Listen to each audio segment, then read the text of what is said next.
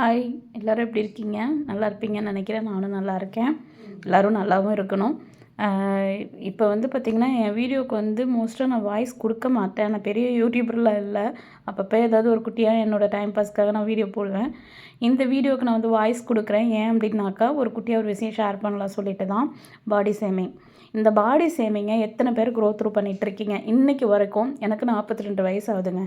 இன்றைக்கி வரைக்கும் இந்த மார்னிங் வரைக்கும் நான் அதை யார்கிட்டையாவது ஒரு ஒரு கமெண்டாவது நான் கேட்டுக்கிட்டே இருப்பேன்.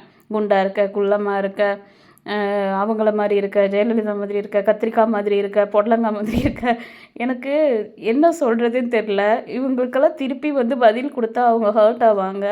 பட்டு வேண்டாம், நம்ம அந்த தப்பை பண்ண வேண்டாம். அவங்கக்கிட்டேருந்து நம்ம கற்றுக்க வேண்டியது என்னென்னா, நம்ம யாரையாவதும் பாடி ஷேமிங் பண்ணாமல் இருக்கலாம்.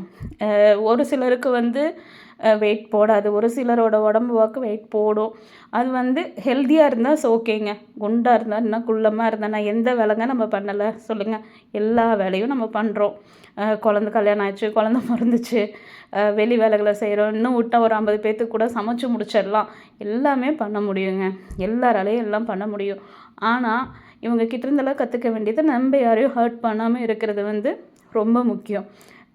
இந்த கெட்ட விஷயத்துலேயும் நான் ஒரு நல்ல விஷயத்தை கற்றுக்கிட்டு, நான் யாரையும் ஹர்ட் பண்ண மாட்டேன். குண்டாக இருக்க, குள்ளமாக இருக்க, கருப்பாக இருக்க, ஒல்லியாக இருக்க அப்படி சொல்லிட்டு.